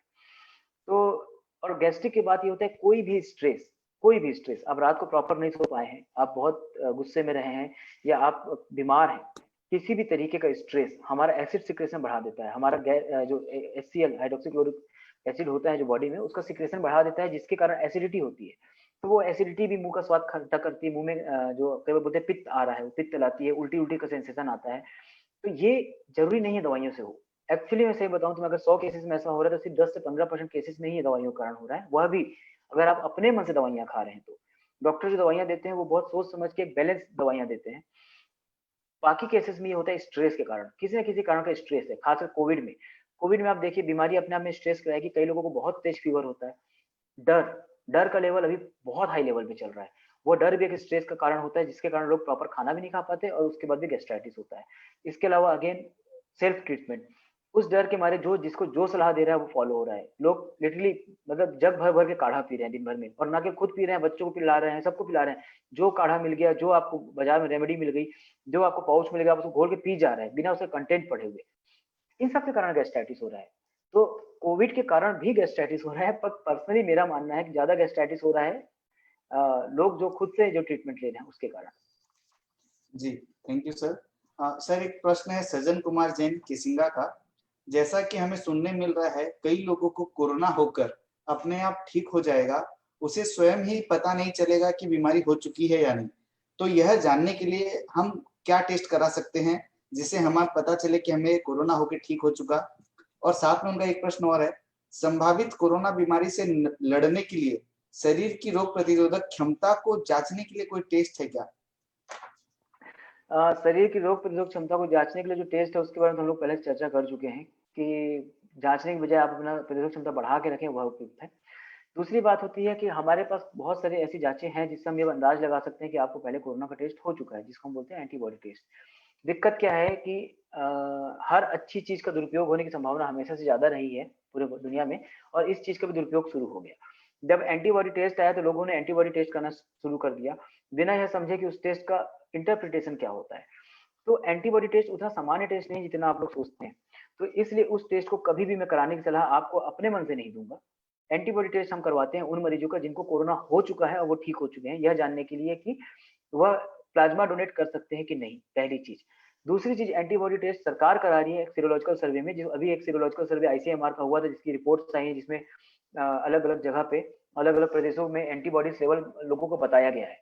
तो वो एक सरकार सर्वे कराती है, सीरोलॉजिकल सर्वे, जिससे हमको यह अंदाज लगता है कि कितने जनसंख्या में कितने लोगों को कोरोना हो गया और ठीक हो गया, एक आइडिया लगता है। पर एंटीबॉडी टेस्ट कोविड का अभी पूरी तरह से सक्सेसफुल नहीं है, क्योंकि कितने लोगों में एंटीबॉडी बन रही है हम नहीं जानते। तो यह एक तरह से आपके पैसों का दुरुपयोग है, यह एक तरह से आपके डर का शोषण है। अगर आपको कोई सलाह देता है कि आप एंटीबॉडी टेस्ट करा लीजिए, आपको कोई लक्षण नहीं है, आपको कुछ भी नहीं हुआ, आपके परिवार में कभी किसी को कोविड हुआ था संभवतः और आपको कोविड नहीं हुआ था या आपका टेस्ट नेगेटिव आया था, और अब 20 दिन 25 दिन बाद आपको कोई लेबोरेटरी वाला आके बोलता है आप एक काम कीजिए, आप एंटीबॉडी टेस्ट कर लीजिए, मत करवाइए। क्यों करवा रहे हैं आप लोग? क्योंकि सिर्फ एंटीबॉडी टेस्ट कराना एक फॉल्स फॉल्स आपको सिक्योरिटी देगा। एंटीबॉडी क्या होता है, जब आपकी बॉडी में इन्फेक्शन है तब भी एंटीबॉडी बनी रह सकती है। एंटीबॉडी के अलग अलग लेवल होते हैं, जब हमने शुरुआत में चर्चा की थी कि इन्फेक्शन के अलग अलग लेवल होते हैं। पहले इन्फेक्शन बॉडी में छुपा हुआ रहता है, फिर डिसीज बन के आता है, फिर रिकवरी होती है। तो जब बॉडी में छुपा हुआ इन्फेक्शन रहता है तब भी एंटीबॉडी बन सकती है, और वह बीमारी के साथ साथ एंटीबॉडी शरीर में रह सकती है, और बीमारी ठीक होने के बाद हो सकता है वो एंटीबॉडी कोविड के केस में खत्म हो जाए, या फिर लंबे समय तक बनी रहे, या फिर वो एंटीबॉडी आपका 1 या 2 महीने बाद बॉडी में खत्म हो जाए। कोविड के क्षेत्र में एंटीबॉडी पर रिसर्च चल रही है, पर बहुत सारी अलग अलग बातें देखी गई हैं। तो कभी भी आप एंटीबॉडी जांच बिना डॉक्टर की सलाह के मत करवाइए। यह एक मेरी तरह से आपका टेक होम मैसेज में देना चाहूंगा आप लोगों को। कोई भी अगर आपको बोले पर डॉक्टर ना बोले तो आप मत कराइए। हाँ, अगर आपको कोविड हो चुका है और आप प्लाज्मा डोनेट करने के इच्छुक हैं तो एंटीबॉडी की जांच कराइए। हाँ, जी सर। सर एक प्रश्न है हिमांशु जैन जी का, what is antibody? What is antibody में मैं अच्छा प्रश्न पूछा, एक्चुअली मैं इसको आगे कंटिन्यू करना भी चाह रहा था। एंटीबॉडी, एंटी का मतलब होता है विरोध, इंग्लिश में बोलते हैं ना, वो हमारे एंटी चला गया, वो तुम्हारे एंटी चला गया। एंटी का मतलब होता है विरोध, और बॉडी का मतलब हो रहा है यहाँ पे पर्टिकुलर ऑर्गेनिज्म। पर्टिकुलर ऑर्गेनिज्म मतलब बैक्टीरिया, वायरस, कुछ भी। तो हमारी बॉडी हमेशा एक डिफेंस सिस्टम रखती है। जब भी कोई इन्फेक्शन होता है तो हमारी बॉडी उसके खिलाफ एक प्रतिरोध उत्पन्न करती है, और उस प्रतिरोध को याद रखती है कि दोबारा वो इन्फेक्शन अगर आएगा तो हमको ये प्रतिरोध देना है, क्योंकि पहले प्रतिरोध उत्पन्न करने में उसको बहुत कुछ देखना पड़ता है कि उस वायरस या बैक्टीरिया के खिलाफ क्या क्या दिक्कत थी और कैसे हमने उत्पन्न किया। पर जब वो याद रखती है, दोबारा जब वो वायरस आता है तो बॉडी सिर्फ उसी प्रतिरोधक क्षमता से उस पर हमला करती है और तेजी से उसको विजय प्राप्त करती है। तो हम जो वैक्सीन देते हैं, जो वैक्सीन का कॉन्सेप्ट है वो इसी एंटीबॉडी पे डिपेंड करता है। हम वैक्सीन क्या करते हैं, जैसे पोलियो की वैक्सीन है, या टीबी की बीसीजी वैक्सीन है, या फिर स्मॉल पॉक्स की बड़ी माता की जो वैक्सीन होती हैं, उसमें हम क्या करते हैं कि डैमेज वायरस, कमजोर वायरस या मरे हुए वायरस को शरीर के अंदर डाल देते हैं, और वो वायरस को बॉडी पहचानती है और उसके खिलाफ एक प्रतिरोधक क्षमता उत्पन्न कर लेती है। फिर हम, जैसे टिटेनस हो गया, तो हम बार बार उस वैक्सीन को लगाते हैं अंतराल में, किसी को 6 महीने के अंतराल में, किसी को 1 साल के अंतराल में, किसी को 5 साल के अंतराल में। वैक्सीन हम एक अंतराल में देते जाते हैं। हम क्या दे रहे हैं, हम उसी कमजोर या डैमेज वायरस को बॉडी को बार बार दे रहे हैं, जिससे क्या होगा कि बॉडी उस इन्फेक्शन को बार बार पहचान रही है और अपनी प्रतिरोधक क्षमता इंप्रूव करती जा रही है। फिर एक समय आता है कि जब ओरिजिनल वायरस जब बॉडी में हमला करता है, तो या तो बॉडी उस वायरस को पूरी तरह खत्म कर देती है, या फिर उसको बड़ी बीमारी नहीं होने देती, बहुत हल्की सी बीमारी के साथ वो खत्म हो जाता है। तो एंटीबॉडी होता है शरीर का प्रतिरोधक क्षमता याद रखना। तो जब कोविड आपको हो रहा है तो बहुत सारे, किसी भी वायरस में एक्चुअली, और इंक्लूडिंग कोविड, 80 से 90% केस में बॉडी उससे जीत जाती है, उसको याद रहता है कि इसका ये एंटीबॉडी बनाना है। कोविड में ये माना जा रहा है कि अभी एंटीबॉडी पूरी तरह से नहीं बन पा रही है, सिर्फ 25% लोगों में के आसपास ही एंटीबॉडी बन रही है, बाकी लोगों में नहीं बन रही है, जिसके कारण एक संभावना यह भी व्यक्त कर रहे हैं कि शायद कोविड दोबारा हो सकता है। तो इसीलिए मैं आपको बोल रहा हूँ कि आप एंटीबॉडी टेस्ट मत करवाइए, क्योंकि अगर आप एंटीबॉडी टेस्ट कराए और आपको लगा हमारे शरीर में एंटीबॉडी बन गई है, तो एक ये लोग बोल देंगे, लोग बोलते हैं कि अरे आप एंटीबॉडी बन गई, आपको तुमको दोबारा कोविड नहीं होगा, तुम बिंदास घूम सकते हो। तो यह चीज, जो सोशल डिस्टेंसिंग का हमारा जो एक प्रण चल रहा है, हमको जो फॉलो करना है, सोशल डिस्टेंसिंग, फ्लू प्रोटोकॉल, हाथ सैनिटाइज रखना, बार बार हाथ और मुंह को नहीं छूना, उससे आप भटक जाएंगे। जब आपको लगेगा कि अरे मेरे में तो एंटीबॉडी बन गई, अब तो मैं फ्री हूँ, अब मेरे को दोबारा कोविड नहीं होगा, आप बहुत बड़े धोखे में है। एंटीबॉडी अगेन जो बनती है वो एक पर्टिकुलर स्ट्रेन के खिलाफ बनती है। जैसे किसी भी जैसे आप डेंगू को ले लीजिए, तो आप लोग की जानकारी में सिर्फ एक डेंगू एक वायरस है, पर डेंगू एक्चुअली में 3 वायरस होते हैं, डेंगू 1, 2 एंड 3। तो अलग अलग वायरस, अगर आपको पहले कभी डेंगू 1 हुआ है तो इसके बहुत कम संभावना है कि आपको दोबारा कभी डेंगू 1 होगा, आपको डेंगू 2 हो सकता है, आपको डेंगू 3 हो सकता है। तो सेम कोरोना के साथ भी है, कोरोना के बहुत सारे अलग अलग स्ट्रेन है। तो जरूरी नहीं कि आपको कोरोना का एक स्ट्रेन हुआ है तो आपको दोबारा दूसरा स्ट्रेन नहीं हो सकता है। तो इसलिए आप लोगों को एंटीबॉडी अभी कराने की जरूरत नहीं है। अलग अलग स्ट्रेन में कई बार एंटीबॉडी, एक स्ट्रेन से बनी हुई एंटीबॉडी दूसरे स्ट्रेन को नहीं रोक पाती है। इसीलिए हम मलेरिया को नहीं रोक पा रहे हैं, मलेरिया की वैक्सीन नहीं बन पा रही, इसीलिए हमारे पास अभी एचआईवी की वैक्सीन नहीं बन पा रही है, क्योंकि अलग अलग वायरस जो होते हैं स्ट्रेन होते हैं। कोरोना वायरस इटसेल्फ अपने आप में, कोरोना वायरस पुराने कोरोना वायरस का एक बिगड़ा हुआ रूप है। कोरोना वायरस कोई नया वायरस नहीं है। एक आया था कंटेजियस मूवी का, बहुत ज्यादा व्हाट्सएप में फेसबुक में चला था कि इस डायरेक्टर ने कोरोना वायरस को बहुत पहले प्रिडिक्ट कर लिया था। आप लोगों ने देखा होगा 4 महीना पहले, 5 महीना पहले, कि ये मूवी तो 5 साल 6 साल पहले आ गई थी। तो कोविड-19 के लिए वो मूवी नहीं बनी थी। बहुत पहले जब सार्स वायरस फैला था, चाइना में ही फैला था सार्स वायरस, जिसको हम, ये जो कोविड है इसको हम बोलते हैं सार्स 2, इसका दूसरा नाम है सार्स 2। सार्स 1 वायरस एक फैला था आज से 8 से 10 साल पहले कोरोना में, चाइना में, वो था कोरोना वायरस का पहला आउटब्रेक, जिसको कि रोक लिया गया था चीन में। उसके ऊपर बनी थी कंटेजियस मूवी। अब उसी सार्स वायरस से थोड़ा सा चेंज होके ये जो कोविड-19 वायरस है, ये 90% पुराने सार्स वायरस से मिलता हुआ है, 90%। 10% बस नहीं मिलता है, पर उस सार्स वायरस से जो इम्यूनिटी उत्पन्न हुई थी, ये कोविड के लिए वो काम नहीं आ रही है। तो आपको ये बात समझना है, एंटीबॉडी होता है किसी भी इन्फेक्शन के लिए बॉडी जो प्रतिरोधक क्षमता उत्पन्न करती है वो, पर वह थोड़ा सा भी वायरस अगर चेंज हो जाएगा तो सामान्य कई बार वो इम्यूनिटी काम नहीं आती है। Thank you sir. सर एक प्रश्न है, आरटीपीसीआर टेस्ट में सीटी काउंट 21 है, 20 दिन के बाद 20 दिन के बाद भी सकते हैं।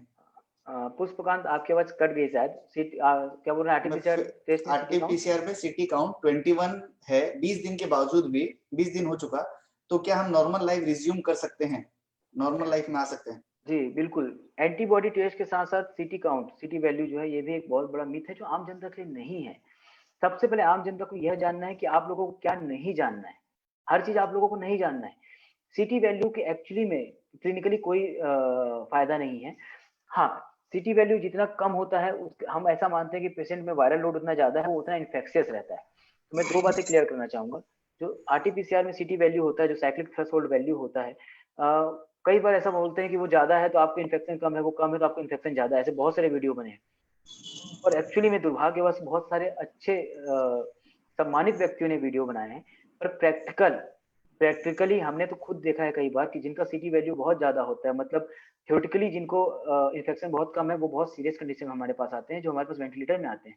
और ऐसे बहुत से लोग जो खुद मेरे अंदर होम आइसोलेशन में रहे हैं, उनका सीटी वैल्यू बहुत कम है, मतलब थ्योरेटिकली थ्योरी के हिसाब से उनका इन्फेक्शन बॉडी के अंदर वायरल लोड बहुत ज्यादा है। तो सीटी वैल्यू एक्चुअली में डिपेंड करता है कि आपका टेस्ट कब हुआ। जैसे मैंने बताया कि बीमारी के अलग अलग फेज होते हैं। पहले बीमारी आपके शरीर में गया और फिर धीरे धीरे वायरस ग्रो करता है अपने आप को, जिसको हम इंक्यूबेशन पीरियड बोलते हैं। और उसके बाद जब वो पूरी तरह से शरीर पर कब्जा कर लेता है, तब बीमारी की स्टेज आती है, जिसको हम डिसीज की स्टेज बोलते हैं। तो आपने इस किस दौरान आपने अपना टेस्ट कराया? क्या आपने टेस्ट तब कराया जब वायरस जस्ट बॉडी में गया था और ग्रो कर रहा था, और जब तक आपका टेस्ट की रिपोर्ट आई तब तक वायरस पूरा ग्रो कर चुका था और आपको हमला कर दिया? या आपने टेस्ट कब तब कराया जब वायरस पूरी तरह ग्रो कर चुका था, पर आपकी बॉडी उस इम्यूनिटी आपकी बॉडी उस वायरस को कैप्चर कर ली, तो जस्ट आपने टेस्ट कराया और जब आपकी रिपोर्ट आई तब तक बॉडी अब उस इन्फेक्शन को ठीक कर चुकी थी। तो सीटी वैल्यू क्लिनिकली प्रैक्टिकली आपको कोई आप लोग के लिए कोई बेनिफिट वाली बात नहीं होती है। हम लोग थोड़ा ऐसा मानते हैं कि जिस पेशेंट का सीटी वैल्यू कम है, मतलब जिसको इन्फेक्शन ज्यादा है, उसके कॉन्टेक्ट में जो हेल्थ वर्कर आए हैं, हम उनको थोड़ा ज्यादा ध्यान देते हैं, क्योंकि वो इन्फेक्शियस ज्यादा होते हैं। थ्योरी ये बोलती है कि जिनका सीटी वैल्यू कम है वो इन्फेक्शियस ज्यादा होते हैं, और जिनकी सीटी वैल्यू ज्यादा है वो कम इन्फेक्शियस होते हैं। पर अगेन मैंने ये बात पहले भी कई बार बोल चुका हूँ कि आपको अगर इन्फेक्शन हो चुका है तो उसके 11 दिन के बाद आप इन्फेक्शियस नहीं माने जाते, आपकी सीटी वैल्यू कुछ भी आए। पर आप 14 से 17 दिन के बाद नॉर्मली घूम सकते हैं। इसके लिए आपको दोबारा आरटीपीसीआर नहीं कराना है। बार बार सरकारें दोबारा आरटीपीसीआर कराने को डिस्करेज कर रही है। मैं भी बार बार आप लोगों को ये कहना चाहूंगा कि अगर आपने एक बार टेस्ट कराया, वो पॉजिटिव आया, तो बार बार दोबारा टेस्ट मत कराइए। इससे आपके मन में डर बैठेगा, आपके परिवार के मन में डर बैठेगा। दोबारा टेस्ट कई बार पॉजिटिव आ सकता है, महीनों तक पॉजिटिव आ रहा है, 2 महीने, 3 महीने, 5 महीने, 6 महीने तक पॉजिटिव आ रहा है, और उसका कोई सेंस नहीं है, उसकी कोई वैल्यू भी नहीं है। अगर आप क्लिनिकली ठीक है, अगर आपको कोई लक्षण नहीं है, तो आप ठीक हो चुके हैं, और आप अपना सामान्य काम वैसे ही कीजिए जैसे आप कोविड इन्फेक्टेड होने से पहले करते थे। Thank you sir.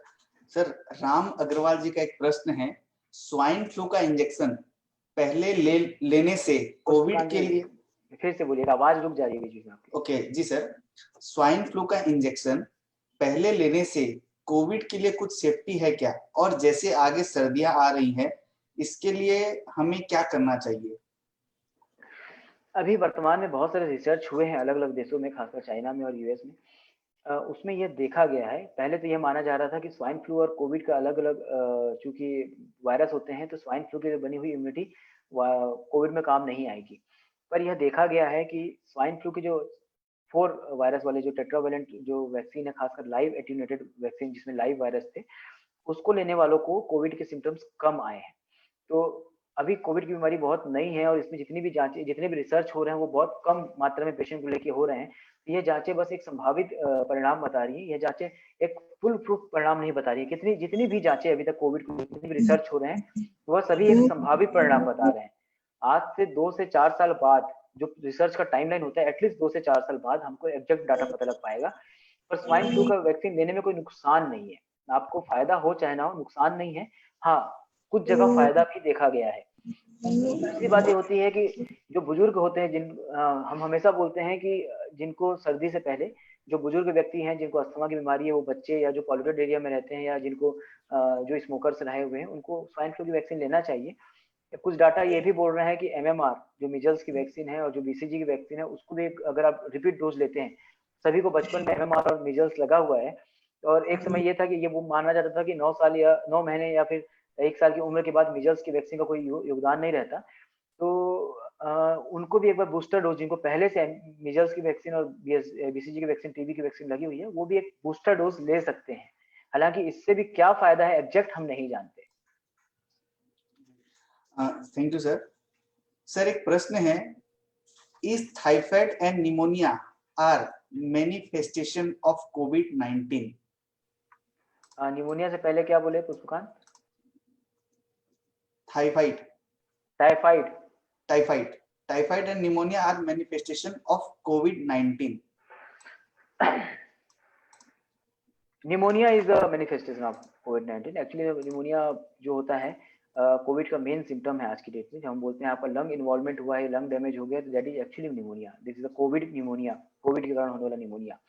टाइफाइड एक ऐसा मान लीजिए कि बैक्टीरियल डिसीज है, एक साल्मोनेला टाइफी और साल्मोनेला पैराटाइफी नामक ऑर्गेनिज्म से यह बीमारी होती है। ये कोविड से नहीं होती है, टाइफाइड या एंटेरिक फीवर जो होता है। दिक्कत क्या आती है कि छत्तीसगढ़ में, जैसे मैंने बोला, छत्तीसगढ़ या उड़ीसा या हमारे जो प्रदेश हैं, जैसे मैंने बोला कि कोई भी बुखार होता है तो उसको हम लोग मलेरिया मान के चलते हैं। तो उसमें एक होता है कि विडाल टेस्ट, जो टाइफाइड का टेस्ट होता है, जो दुर्भाग्यवश बहुत सस्ता टेस्ट है। तो दुर्भाग्यवश बहुत सस्ता टेस्ट होने के कारण क्या होता है कि ये गांव-गांव में उपलब्ध है। अब आपको जब भी कोई फीवर होता है, खासकर सीजनल फीवर या वायरल फीवर, जैसे सीजन चेंज होता है, कई लोगों को बुखार आता है जो 5 से 7 दिन रहता है, तो वो वायरल फीवर होता है, जो किसी भी वायरस के कारण हो सकता है, नॉट ओनली कोविड, किसी भी वायरस के कारण हो सकता है। तो वो वायरल फीवर आप किसी टेस्ट में नहीं पकड़ सकते, क्योंकि आरटीपीसीआर या रैपिड एंटीजन टेस्ट आपने कितनी बार सुना था? कोविड से पहले आपने कभी सुना भी नहीं था, उपलब्ध भी नहीं था। तो वायरस की जांच हमेशा महंगी होती है, बहुत महंगी होती है वायरस की जांचें, इसलिए हम लोग करते नहीं है। वायरस की जो बीमारी होती है यूजुअली वो क्लिनिकली पता लगती है। हम पता करते हैं कि ये आपको बड़ी माता या छोटी माता निकली है, तो हम आपके दाने देख के पता करते हैं। आपको मिजल्स या हुआ है, ये हम आपको दाने, मतलब आपके क्लिनिकल सिम्टम्स देख के वायरस पता किया जाता है कि आपको हेपेटाइटिस भी एक वायरस है। हम आंखों में पीलापन देखते हैं और बोलते हैं कि आपको पीलिया हुआ है, और जल्दी से हम वायरस की जांच नहीं कराते। डेंगू हम देखते हैं, प्लेटलेट कम हो रहा है, तेज बुखार आ रहा है, तो हम बोलते हैं आपको डेंगू हुआ है, और फिर हम डेंगू की जांच कराते हैं। डेंगू एक ऐसा बीमारी जिसकी जांच आसानी से उपलब्ध है, पर टाइफाइड की जांच सबसे आसानी से उपलब्ध है। दुर्भाग्यवश ये होता है कि वह जो विडाल टेस्ट है, वो अब कहीं किया नहीं जाना चाहिए। जो गाइडलाइंस बोलते हैं कि विडाल टेस्ट को नहीं किया जाना चाहिए, क्योंकि अलग अलग क्षेत्र में विडाल टेस्ट के अलग अलग मान्यताएं होते हैं, और एक सिंगल टेस्ट जो विडाल का होता है, जिसको आप लोग टाइफाइड के टेस्ट के नाम से जानते हैं, वो विडाल का एक सिंगल टेस्ट एक्चुअली में कोई भी जानकारी नहीं देता है। आप उसको अगर रिपीट करते हैं, मतलब पहला आपने विडाल टेस्ट किया, फिर 5वें 6वें दिन किया, एटलीस्ट 2 बार या फिर 3 बार, तब हमको पता लगता है कि आपको टाइफाइड था कि नहीं। दूसरी बात, आप किस समय आप विडाल टेस्ट कर रहे हैं। आपको बुखार है, आपने तुरंत विडाल टेस्ट किया, तो वो गलत जानकारी देगा। उसको कम से कम 6 से 7 दिन बाद आपको करना चाहिए। तो क्या होता है कि जैसे आप विडाल टेस्ट करेंगे, उसमें टाइटर आता है 1:80, 1:120, 1:360, और उस टाइटर से कई बार 1:80 अगर आपका आ गया, तो आपको पॉजिटिव बोल दिया जाता है। यह एक गलत धारणा है।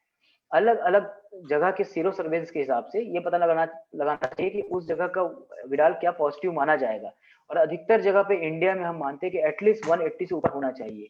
पर अगर सिंगल टेस्ट में भी आपका 180 या 320 आ रहा है, तो उसको पॉजिटिव नहीं मानना है, कम से कम रिपीट टेस्ट करना है। तो होता क्या है कि जब भी आपको बुखार होगा, आप टाइफाइड टेस्ट कराएंगे, वो हमेशा पॉजिटिव आएगा। आप साल में कम से कम 8 बार आपको टाइफाइड हो जाएगा। कैसे हो सकता है एक साल में 8 बार टाइफाइड? नहीं हो सकता है। पर आप जब भी जाएंगे, आपका टेस्ट होगा, टाइफाइड आएगा, आपको बोला जाएगा हाँ आपको टाइफाइड है, आप भी कुछ मेरे को टाइफाइड है, आपको टाइफाइड ट्रीटमेंट चलेगा, 5 से 7 दिन बाद आप ठीक हो जाएंगे। 5 से 7 दिन बाद आपको वैसे भी ठीक होना है, क्योंकि आपको वायरल बीमारी है। 90% जो टाइफाइड निकल रहा है अभी हमारे क्षेत्र में, वो टाइफाइड नहीं होकर वायरल है। और हमारे पास ऐसे बहुत से मरीज आ चुके हैं जो 7 दिन तक 10 दिन तक टाइफाइड का ट्रीटमेंट लिए, और जब वो बिगड़ गए तब उनकी कोरोना की जांच हुई। तो यह समय है कि अगर आपको बुखार आ रहा है, तो पहले आप कोरोना की जांच कराएं, आप टाइफाइड की जांच नहीं कराएं। आप समझिए, टाइफाइड एक मिस यूज होने वाला टेस्ट है, विडाल टेस्ट। और अगर आपको लगता है कि मेरे को टाइफाइड की जांच कराना है, तो उसके लिए होता है एक टाइफीडॉट, जो एंटीबॉडी की हम बात कर रहे थे। तो एक आईजीएम आईजीजी टाइफीडॉट होता है कि आपको टाइफाइड की, जब कोई इन्फेक्शन होता है तो 2 तरीके की एंटीबॉडी बनती है, एक तुरंत इन्फेक्शन से बनने वाली एंटीबॉडी, और एक इन्फेक्शन के 2 महीने बाद बनने वाली एंटीबॉडी। तो अगर टाइफाइड के समय बनने वाली तुरंत वाली एंटीबॉडी आपके शरीर में है, मतलब आपके शरीर में अभी टाइफाइड का इन्फेक्शन है। तो वो एंटीबॉडी एक टेस्ट होता है, आप उसको कराइए, वो भी अब इजिली अवेलेबल है हर जगह टाइफाइड का। और जो बेस्ट टेस्ट होता है, जो स्टैंडर्ड टेस्ट होता है टाइफाइड का, होता है ब्लड कल्चर। और ब्लड कल्चर टेस्ट आने में कम से कम 5 दिन 7 दिन लगता है, और महंगा होता है, करीब 1500 के आसपास का होता है। पर मेरी सलाह है, कभी भी विडाल टेस्ट मत करवाइए टाइफाइड का। अगर आपको करवाना ही है तो एंटीबॉडी टेस्ट करवाइए, या फिर कल्चर टेस्ट कराइए, या फिर स्टूल का, जो आपके स्टूल लेटरिंग होती है उसकी जांच होती है, वो आप करवाइए। जी थैंक यू सर। सर एक कॉमन प्रश्न है 2 जन का, सराईपाली से सुमन अग्रवाल जी का प्रश्न है, मार्केट में ivermectin tablet 12 mg IVERMECTIN doctor prescribe ivermectin क्या? Ivermectin, yes. जी। तो ये डॉक्टर वहाँ सरायपाली में प्रेस्क्राइब कर रहे हैं और ये वहाँ पे धारणा बताई जा रही है कि इससे कोरोना नहीं होगा। इस बारे में आपका क्या राय है? आप इस चीज को समझिए कि धारणा जो है सरकार नहीं बना रही, धारणा आम लोग बना रहे हैं। सरकार ने बोला पहले कि हाइड्रोक्सीक्लोरोक्विन लीजिए, सरकार ने बोला इवरमेक्टिन लीजिए, क्योंकि मैंने बताया सब नई जानकारियां जो आ रही है हम फॉलो कर रहे हैं। एग्जैक्ट डाटा किसी को नहीं पता कि ये फायदा करेगा कि नहीं करेगा, पर चूंकि हमारे पास ट्रीटमेंट ऑप्शन बहुत कम है और बीमारी बहुत तेजी से फैली है, तो जो भी चीज एक आशा की किरण दिखाती है सरकार उसको आगे बढ़ा लेती है। इवरमेक्टिन एक ऐसी दवाई थी जिसके बारे में शुरू से हमको पता है कि उसके कुछ एंटीवायरल प्रॉपर्टीज हैं। इवरमेक्टिन के कुछ एंटीवायरल प्रॉपर्टीज हैं, ये बात शुरू से पता है। वैसे हाइड्रोक्सीक्लोरोक्विन के कुछ एंटीवायरल प्रॉपर्टीज हैं, हमको शुरू से पता है, पर वो प्रॉपर एंटीवायरल नहीं है। हाइड्रोक्सीक्लोरोक्विन एक मलेरिया की दवा है और आर्थराइटिस की दवा है। इवरमेक्टिन एक कृमि मारने की दवा है, पैरासाइट्स मारने की दवा है, जो बच्चों को हम लोग सिरप पिलाते हैं, बेंडी है बाकी सिरप जो पिलाते हैं एल्बेंडाजोल के साथ। तो इवन तो चूंकि यह सेफ दवाई है, इवरमेक्टिन सेफ दवाई हम बच्चे तक को दे सकते हैं, इसलिए जब ये देखा गया कि इवरमेक्टिन में भी एंटीवायरल प्रॉपर्टीज हैं और वह सेफ है हाइड्रोक्सीक्लोरोक्विन की तुलना में, तो उसको सरकारों ने जगह जगह अपनी गाइडलाइन में डाला कि हम उसका मास इंजेक्शन करा सकते हैं, हम पूरे एक समुदाय को हम उसको दे सकते हैं बिना किसी जांच के। जब भी कोई दवाई समुदाय को बांटनी होती है, समुदाय कम्युनिटी को कोई दवाई बांटनी होती है, जैसे कि फाइलेरिया की दवाई बांटी जाती है, जैसे कि टिटनेस या पोलियो का इंजेक्शन लगाया जाता है, तो हमेशा उसकी पहली शर्त होती है कि वह सेफ होना चाहिए, उसके कोई साइड इफेक्ट नहीं होना चाहिए। तो इसलिए इवरमेक्टिन सेफर है, ज्यादा सेफ है हाइड्रोक्सीक्लोरोक्विन के, तो उसको ज्यादा प्रमोट किया गया आम जनता को लेने के लिए। यह माना जा रहा है कि इसको लेने से शायद आपको जो बीमारी होती है उसकी विभीषिका कम हो जाएगी। बीमारी नहीं होगी ऐसा नहीं है, बीमारी हो सकती है, पर वो बीमारी अगेन आपकी जो कि इम्यूनिटी लेवल ज्यादा रहेगा, तो विभीषिका कम हो जाएगी और आपको माइल्ड सिम्टम हो पाएगा, आप होम आइसोलेशन में ही ठीक हो सकते हैं। तो यह एक इसका पीछे जो है संदर्भ है। बीमारी नहीं होगी ऐसी कोई भी दवाई नहीं है। हाइड्रोक्सीक्लोरोक्विन, एवरमेक्टिन, एजिथ्रोमाइसिन, डॉक्सीसाइक्लिन, कोई भी दवाई ऐसी नहीं है जो ये बोलेगी कि आपको इससे बीमारी रुक जाएगी। जी, धन्यवाद सर। लगभग समय हो चुका है सर, एक या दो प्रश्न और लेंगे। सर, एक प्रश्न है, ऑक्सीजन लेवल 45 आने के बाद बचने के कितने % चांस हैं? और एक है, पल्स मीटर में 115 दिखा रहा है, इसका मतलब क्या है? दो क्वेश्चन है, 45, 115। बचने के कितने चांस होंगे, यह एक ऐसा क्वेश्चन होता है जो फिल्मों में अच्छा लगता है कि अभी बचेंगे कि नहीं बचेंगे। रियलिटी में अगेन बहुत सी चीजें डिपेंड करती है कि मरीज कैसा है, कब से आपका 45 है, आपको क्या दिक्कत है, क्या आपका लंग पहले से खराब था, क्या आप बहुत स्मोकर थे, आप एक दिन में 30 से 40 सिगरेट पीते थे, या आपको दमा की बीमारी थी, सीओपीडी की बीमारी थी, यह सब चीजें भी डिपेंड करती हैं। किसी का ब्लड सेचुरेशन अचानक से कम हो गया 40, 50, 60, तब भी ऐसा नहीं है कि उसको बचाया नहीं जा सकता, आराम से बचाया जा सकता है, सही समय पर सही अस्पताल में अगर वो पहुंचता है तो। सही ट्रीटमेंट समय से चालू होता है तो, और सबसे इम्पोर्टेंट बात वही है कि सही समय से पहुंचे।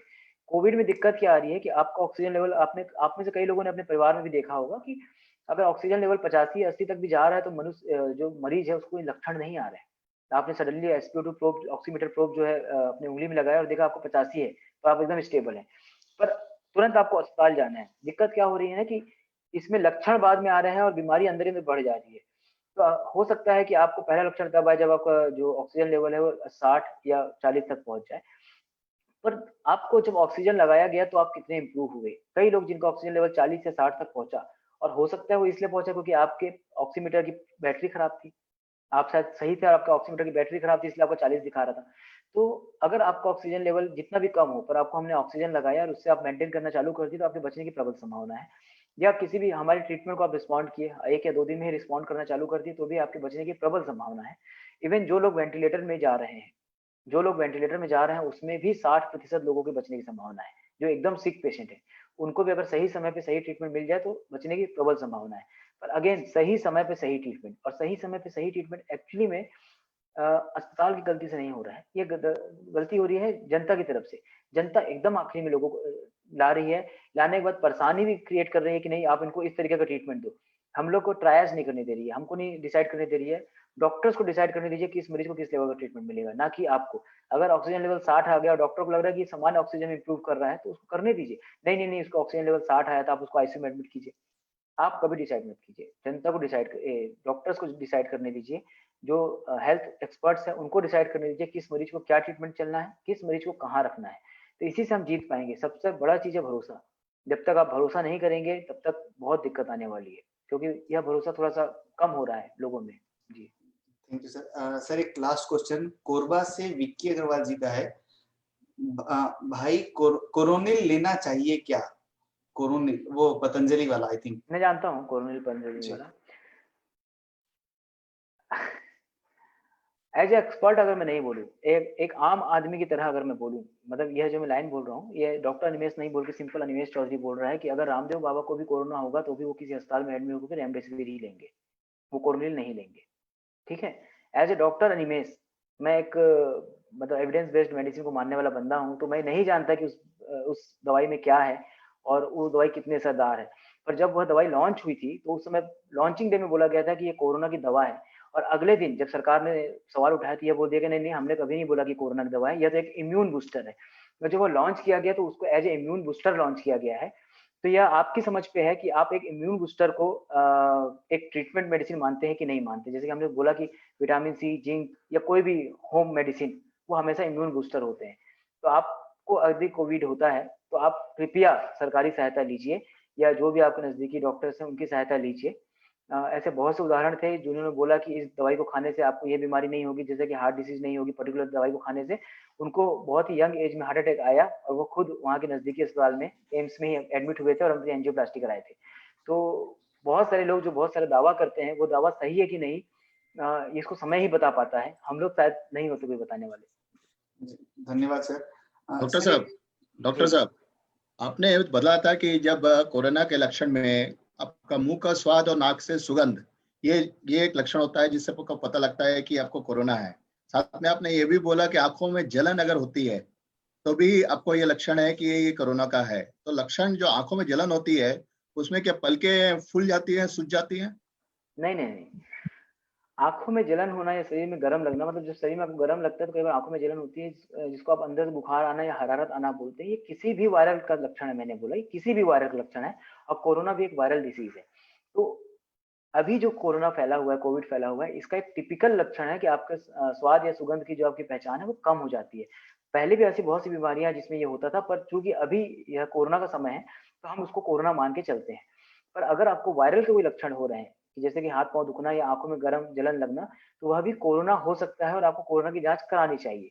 आंखों में जो सूजन आता है, जो पलकें सूजती हैं, यूजली किसी भी बीमारी में पलक नहीं सूजेंगी। अगर आपकी किसी कोई एक पलक सूज रही है तो वो जो हम लोग स्टाया बोलते हैं, जिसको आप लोग कई बार बोलते हैं कि बिलौनी हो गई, सलौनी या बिलौनी लोकल लैंग्वेज में बोलते हैं, तो वह हो सकता है। अगर दोनों आंखें सूज रही हैं, आंखों की पलकें सूज रही हैं, तो आप नजदीकी डॉक्टर को दिखाइए। उसका कोई और कारण भी हो सकता है कि प्रोटीन लेवल कम हो, बीपी बढ़ा हो, या शरीर में सूजन बढ़ रही हो, बहुत सारी बीमारियां हो सकती हैं। यूजुअली कोविड में या ऐसी वायरल बीमारियों में सूजन नहीं आती पलकों में। हाँ, थैंक यू डॉक्टर साहब। सर एक क्वेश्चन बार बार मैं भी चैट बॉक्स में देख रहा था आ रहा है, how reliable rapid antigen test, because जो केसेस पॉजिटिव है विदाउट सिम्टम्स और जो नेगेटिव है विद सिम्टम्स वो बहुत कंफ्यूजिंग हो रहे हैं, तो इसके लिए आप क्या राय देंगे? This is the last question, इसके बाद और कोई क्वेश्चन नहीं लिया जाएगा प्लीज। टेस्ट को लेके मैं कुछ चीजें बहुत क्लियर कर दूं। और अगेन मैंने बोला कि बहुत सारी जानकारियां हैं जो आप लोगों को नहीं जानना चाहिए। क्या जानना चाहिए से ज्यादा इंपॉर्टेंट होता है क्या नहीं जानना चाहिए। तो सबसे पहले तो आप लोग इस चीज को समझिए कि रैपिड एंटीजन का सिर्फ पॉजिटिव होने का महत्व है। अगर रैपिड एंटीजन का टेस्ट पॉजिटिव आया तो दोबारा कोई टेस्ट करने की जरूरत नहीं है। आपका रैपिड एंटीजन पॉजिटिव आया, उसके बाद आरटीपीसीआर नेगेटिव आया, तो इसका तो ये नहीं है कि आप कोरोना नहीं है। आपको कोई भी एक टेस्ट अगर पॉजिटिव आता है, रैपिड एंटीजन, आरटीपीसीआर, कोई भी टेस्ट अगर पॉजिटिव आता है तो आपको कोरोना है। रैपिड एंटीजन अगर निगेटिव आता है तो उसकी कोई वैल्यू नहीं है। एक निगेटिव रैपिड एंटीजन का कोई वैल्यू नहीं है। अगर आपको सिम्टम्स हैं और आपको रैपिड एंटीजन निगेटिव आता है तो आप क्लिनिकली कोरोना माना जाएंगे, और उसके बाद आपको आरटीपीसीआर कराना है। असिम्टोमेटिक लोगों में जो टेस्ट हो रहा है रैपिड एंटीजन का, इसलिए हो रहा है क्योंकि रैपिड एंटीजन एक तो रैपिड टेस्ट है, सस्ता टेस्ट है, आसानी से उपलब्ध है, गाँव गाँव में या घर घर जाके किया जा सकता है। इसके अलावा जो कॉन्टैक्ट के लोग होते हैं, जैसे कि किसी परिवार में किसी व्यक्ति को कोविड सस्पेक्ट हो गया, तो उसके जो कॉन्टैक्ट हैं उनको हम रैपिड एंटीजन करते हैं ताकि हमको पता लग जाए कि हाँ वो भी पॉजिटिव हैं। और किसी भी तरीके के लक्षण आने पे, बुखार आने पे या कुछ भी आने पे, हम उनको जो दवाइयाँ हैं, जो एंटीवायरल दवाइयाँ हैं, जो हम नॉर्मली किसी को नहीं देते पर कोविड मरीज को दे सकते हैं, हम उनको सीधा स्टार्ट कर सकते हैं। तो यह एक बहुत बड़ा मिथ है कि गलत टेस्टिंग हो रही है, जिसका भी टेस्ट कराओ पॉजिटिव आ रहे हैं। जिसका भी टेस्ट कराओ पॉजिटिव आ रहे हैं, इसका ये इसलिए हो रहा है क्योंकि लिटरली लोग बहुत ज्यादा है, बहुत ज्यादा मरीज है हमारे आसपास। आप देखिए ना, पूरा का पूरा परिवार जो है इन्फेक्टेड हो जा रहा है, तो कैसे पॉजिटिव नहीं आएंगे? और क्या नहीं हो, ऐसा नहीं हो रहा है कि कोई इन्फेक्ट, जो बंदा इन्फेक्ट हो रहा है उसको 5 से 10 दिन बाद लक्षण नहीं आ रहे हो, आ रहे हैं ना।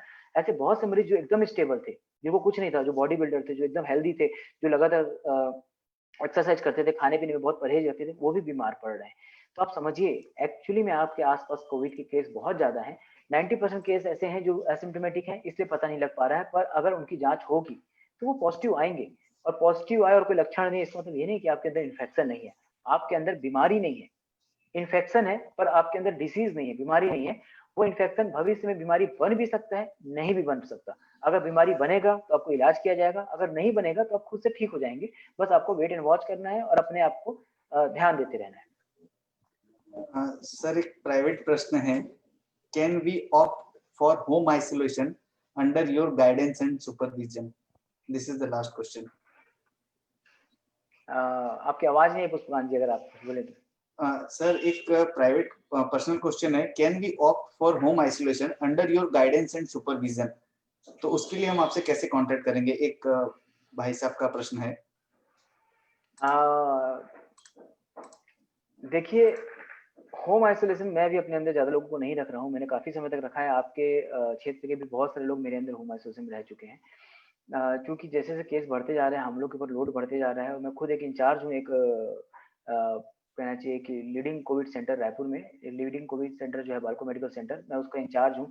साथ ही बाल्को मेडिकल सेंटर हमारा जो है वो एक कैंसर का अग्रणी संस्थान है हमारे यहाँ। मतलब आप ये मान के चलिए कि कैंसर की जो हाईएस्ट अवेलेबल फैसिलिटीज हैं वो उपलब्ध हैं। तो हमारे पास मरीजों की संख्या बढ़ती जा रही है, कैंसर के भी। हमको साथ साथ कैंसर भी देखना है और कोविड भी देखना है। कोविड में भी आप में से बहुत सारे लोग आए हुए हैं हमारे यहाँ, उनको पता है कि हम लोग कोविड में कितना अच्छा काम कर रहे हैं। और मैं अगेन बालकों के बारे में बता दूं आपको, इस चीज को लेके बात निकली है तो, कि कुछ समय बाद हमारे पास पूरे देश में सबसे बेहतर रेडियोथेरेपी की मशीन होगी, जो लिटरली पूरे देश में किसी के पास नहीं है। तो उतनी अच्छी मशीन हमारे पास आएगी, तो हमारा काम का लोड बहुत ज्यादा है। तो एज ए मेडिसिन एक्सपर्ट, मैं वहाँ का इंचार्ज मेडिसिन भी हूँ, तो एज ए मेडिसिन एक्सपर्ट मेरे को इन मरीजों को भी देखना है और कोविड के मरीजों को भी देखना है, तो थोड़ा सा लोड ज्यादा है। कुछ जरूरत पड़ने पर मैं आपकी हेल्प कर पाता हूँ। मेरा कॉन्टेक्ट आपके लोग में कई लोगों के पास है, राम जी के पास है और पुष्पकांत जी के पास है, तो आप उनसे ले सकते हैं। आप मेरे को मैसेज कर सकते हैं, कॉल प्लीज ना करें, आप मेरे को मैसेज करें आपकी जानकारी आपके नाम के साथ। मैं जैसी समय मिलूंगा मैं आपको रिप्लाई करूंगा। होम क्वारंटाइन में कई लोगों को मैं नहीं रख पाऊंगा, क्योंकि हमारी भी एक मतलब ऑलरेडी हम लोग अप्रोक्सीमेटली 16 से 18 घंटे काम कर रहे हैं। अगर प्रॉपर नींद नहीं लेंगे, थके हुए रहेंगे, तो हमारे खुद के इन्फेक्ट होने के चांस काफी बढ़ जाएंगे। तो हम सबको ये सलाह दे रहे हैं कि आप लोग स्वस्थ रहिए और रेस्ट कीजिए। हम लोग खुद रेस्ट नहीं कर पाएंगे और हम ही लोग बीमार हो जाएंगे, दिक्कत हो जाएगी। नहीं सर, आपको जरूरी है। मैं अग्रवाल सभा के सचिव श्री अजय जैन से अनुरोध करना चाहूंगा कि वे वोट ऑफ थैंक्स के लिए स्क्रीन पे आ जाएं। अजय जैन जी। धन्यवाद पुष्पकांत भाई। प्रिय साथियों, आप सभी को मेरा सप्रेम जय श्री राम। वर्तमान में हमारा यह मानव समाज एक ऐसी विकट परिस्थिति से गुजर रहा है कि हमारी देखभाल हमें स्वयं ही करनी है। न किसी का सहयोग और न किसी से सहयोग, सभी का बस एक ही नारा रह गया है और वह है सोशल डिस्टेंसिंग। सोशल डिस्टेंसिंग के दौर में हमें आज सानिध्य मिला है बाल्को अस्पताल रायपुर के कोविड डिपार्टमेंट के head incharge doctor Shri Animesh ji Chaudhary का। हम श्री अग्रवाल सभा ट्रस्ट डॉक्टर साहब आपकी बहुत बहुत आभार व्यक्त करते हैं। आपने उपयुक्त समय पर सर्व समाज बंधुओं को उचित मार्गदर्शन दिया। बहुत से मिथक जो हमने आप में स्वयं बनाए हुए थे कि हमें ये इलाज अपने आप लेना है, हमें ये दवाई लेनी है या कुछ करना है, आपकी इस उचित सलाह से हमें उन्हें भी दूर करने में बहुत सहायता मिली। डॉक्टर साहब की और हमारी बीच की एक बहुत बड़ी कड़ी मैं धन्यवाद देना चाहूंगा हमारे श्री राम बुक स्टोर के संचालक हमारे छोटे भाई राम को, जो कि हमारे इस कार्यक्रम के बीच की कड़ी बने। तकनीकी सहयोग हेतु कार्यकारिणी सदस्य भाई श्री विकास केम का एवं सहायक सदस्य भाई ब्रिजेश मित्तल का हमें बहुत सहयोग मिला। और मॉडरेटर की भूमिका में भाई पुष्पकांत ने बहुत अच्छी भूमिका निभाई। एक डॉक्टर और हम जितने भी दर्शक और श्रोता हैं उनकी जो भी शंकाएं थी डॉक्टर साहब तक पहुंचाई और उन्हें दूर करने का प्रयास किया। बहुत बहुत धन्यवाद। तीनों ने मिलकर इस नवीन तकनीक जूम के माध्यम से हम सभी तक ये कार्यक्रम पहुंचाया। धन्यवाद सभी श्रोता। आप सभी का भी धन्यवाद। मुझे बहुत स्नेह मिला आप लोग से, और यह लिटरली मेरे लिए एक सौभाग्य की बात है कि मैं अपने समाज के लोगों की कुछ हेल्प कर पाऊँ। और मैं चाहूंगा कि यह जानकारी जो हम शेयर कर रहे हैं, मेरी मतलब ऐसी मानना है कि शायद हम कुछ मदद कर पाया हूँ मैं आप लोगों की। तो यह जानकारी ना केवल हम लोग अपने तक सीमित रखें, यह जानकारी हम आगे तक बढ़ाएं। मैं कुछ लाइनें कहना चाहूंगा इस मामले में कि जो महामारी होती है, इस महामारी में जो हम फिजिशियंस हैं, हमारा रोल बहुत ज्यादा नहीं है। सबको लगता है कि हम लोग हैं, पर ये किसी फिल्म जब बनती है तो फिल्म में जो हीरो हीरोइन होते हैं, वो हीरो हीरोइन किसी डायरेक्टर के हिसाब से काम करते हैं, उनका खुद का कोई रोल नहीं होता, पर पर्दे में वो आते हैं। तो सेम उसी तरह पर्दे में हम लोग आ रहे हैं, पर एक्चुअली में जिस फिल्म के डायरेक्टर है वो आप लोग हैं। महामारी को हमेशा जागरूकता से रोका जाता है। कोई भी महामारी इलाज से नहीं रुकती, वो जागरूकता से रुकती है। चाहे वो आप देखिए हैजा के केस में हुआ हो, स्वाइन फ्लू के केस में हुआ हो, या इससे पहले जब प्लेग फैला करता था जिसको वो काली मौत बोलते थे। तो कोई भी महामारी तभी रुकी है जब जनता जागरूक हुई है।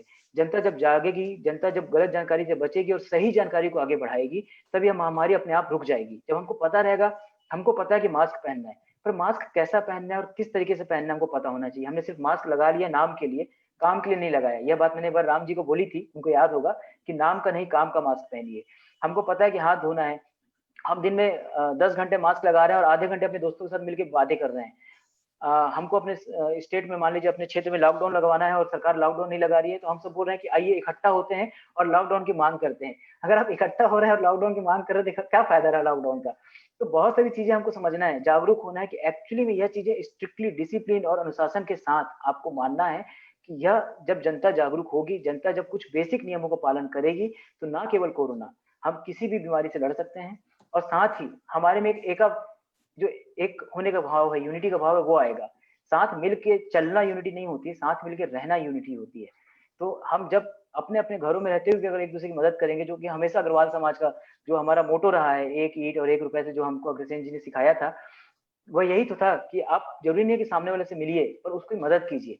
तो मदद करना है हमको सभी की। इस बीमारी को छूत की बीमारी नहीं बनाना है कि किसी को हो गया तो उससे बात भी ना हो। अगर किसी परिवार में किसी को यह बीमारी हो गई है, तो ध्यान रखिए कि उस परिवार में सभी लोगों को प्रॉपर खाना मिले, सब्जियां मिले, बच्चों को दूध मिले और रोगियों को दवाई मिले।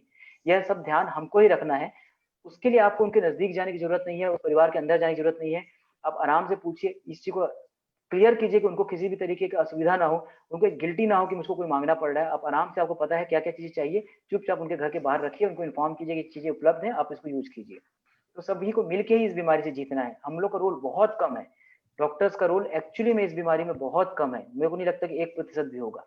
पूरा रोल आप लोगों का है, पूरा रोल समाज का है, और बहुत अच्छा काम किया भी है समाज ने। यह जो मैं देख रहा हूँ, इतने सारे लोग इस सेमिनार को अटेंड कर रहे हैं, तो एक्चुअली में लोगों में जागरूकता है, लोग जानना चाह रहे हैं।